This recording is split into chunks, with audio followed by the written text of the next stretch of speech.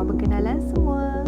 Hai korang, hari ni saya nak kongsi satu topik menarik mengenai perkaitan antara muzik dan juga matematik. Ada yang menyatakan bahawa muzik ni secara asasnya berasal daripada penggunaan konsep matematik. So korang mesti nak tahu kan macam mana matematik ni digunakan dalam penghasilan sesebuah muzik. Okay, basically rasanya semua orang tahu apa itu matematik dan apa itu muzik. Jadi perkaitan antara dua bidang ini telah ditunjukkan dalam satu kajian oleh Gottfried Leibniz, iaitu seorang ahli falsafah dan juga ahli matematik Jerman, di mana beliau ada menyatakan bahawa muzik ni adalah satu ketenangan bagi jiwa manusia yang diperolehi dengan mengira tanpa kita sedari. Jadi beliau juga menjelaskan bahawa kebanyakan ahli muzik menggunakan matematik untuk memahami sesebuah muzik. So kalau korang nak tahu, Pythagoras ni adalah antara manusia pertama yang mengkaji secara mendalam mengenai perkaitan antara muzik dan matematik. Jadi yang kita tahu, muzik tu terhasil daripada bunyi. Dan bunyi pula terhasil daripada pengulangan gelombang bunyi. So kita biasa je dengar lagu, dengar orang nyanyi, dengar audio, dengar video. So setiap muzik tersebut mempunyai not-not yang berbeza, di mana kelantangan muzik bagi setiap not tersebut mempunyai frekuensi masing-masing yang diukur secara fizikalnya dalam unit hertz ataupun kitaran per saat.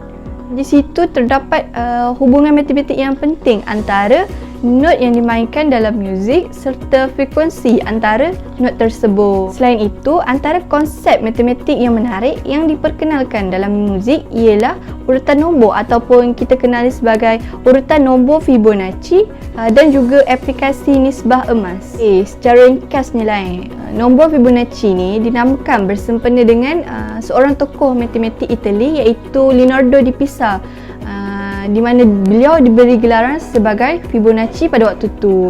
And then nombor ini pula wujud apabila beliau cuba untuk selesaikan masalah bilangan Arnab dalam buku beliau yang bertajuk Liber Abaci.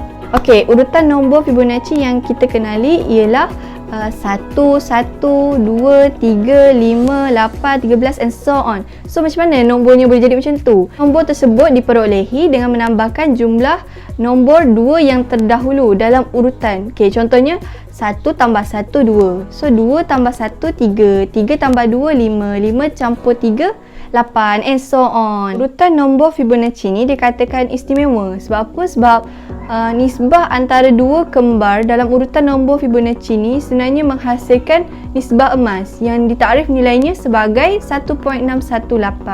Ini adalah antara contoh lengkungan Fibonacci yang dipanggil sebagai lengkungan emas. So dikatakan semakin besar kembar tersebut dalam urutan nombor Fibonacci, so semakin hampir nilainya dengan nisbah emas. Poin pentingnya dekat sini, kita nak tahu apa sebenarnya kaitan antara urutan nombor Fibonacci ni dengan muzik. Okey, kalau korang kenal Mozart, ahli muzik yang terkenal pada masa dulu, beliau ada menyatakan bahawa konsep urutan nombor ini beliau gunakan untuk kompos dan juga hasilkan lagu.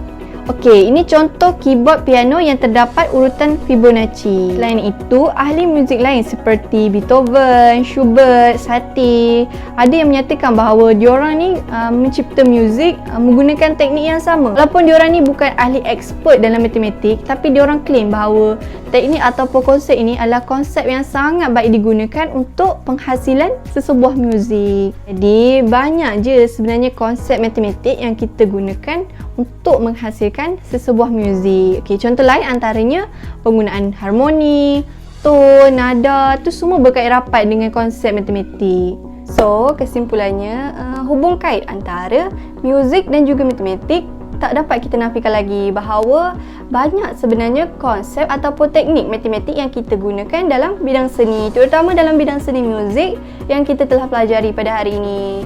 So, mindset ataupun tanggapan orang bahawa bidang matematik ni tidak berkait ataupun tak ada kena-mengena dalam bidang seni ni haruslah kita perbetulkan bahawa bidang matematik ataupun cabang ilmu matematik ni dia lebih meluas, di mana ia melibatkan bentuk, struktur, simetri, pandangan, termasuk juga keindahan.